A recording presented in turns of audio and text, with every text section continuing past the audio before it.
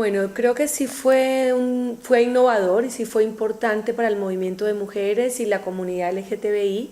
porque realmente se incluyeron no solamente lenguajes que hablaban de que el impacto de la guerra y del conflicto fue distinto en hombres y mujeres, sino que ese impacto distinto requería medidas distintas. Entonces hubo no solamente medidas particulares para las mujeres, gays, lesbianas, trans, sino además hubo mecanismos para un diálogo directo, que estableció un diálogo directo entre negociadores de las FARC y del gobierno y las movimiento de mujeres y el movimiento LGTBI. Eso no se había dado ni el proceso de paz de Colombia, ni en otros procesos anteriores, y eso llevó, por ejemplo, a cosas tan innovadoras como la creación de una subcomisión de género, que es el primer proceso de paz del mundo que incluye una subcomisión que revise los documentos y que permita que todos los temas de la agenda incluya realmente derechos de las mujeres.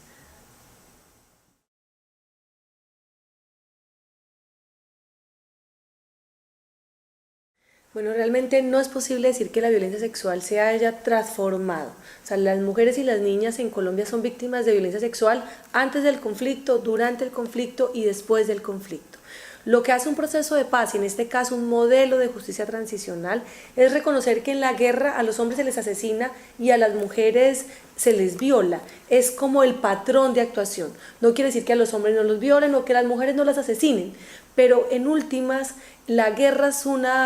una posibilidad que hace el ejercicio de poder sobre el otro y sobre la otra, y no se ejerce poder igual sobre un hombre que sobre una mujer. Sobre un hombre se ejerce poder matándolo, y sobre una mujer se ejerce poder violándola. Eso lo que traduce entonces en un proceso de justicia transicional es que el modelo que se escoja reconozca esto, de garantías de que son delitos que no van a quedar en la impunidad,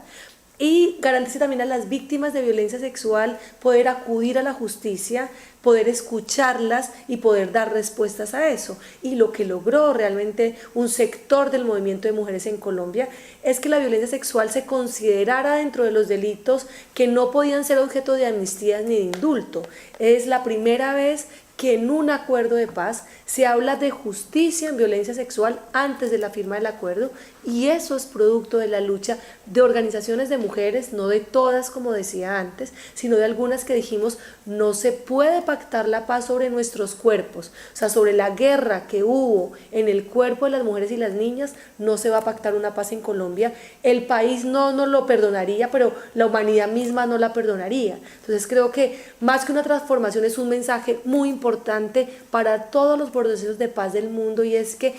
no se puede pactar la paz sobre la impunidad en violencia sexual para mujeres y niñas.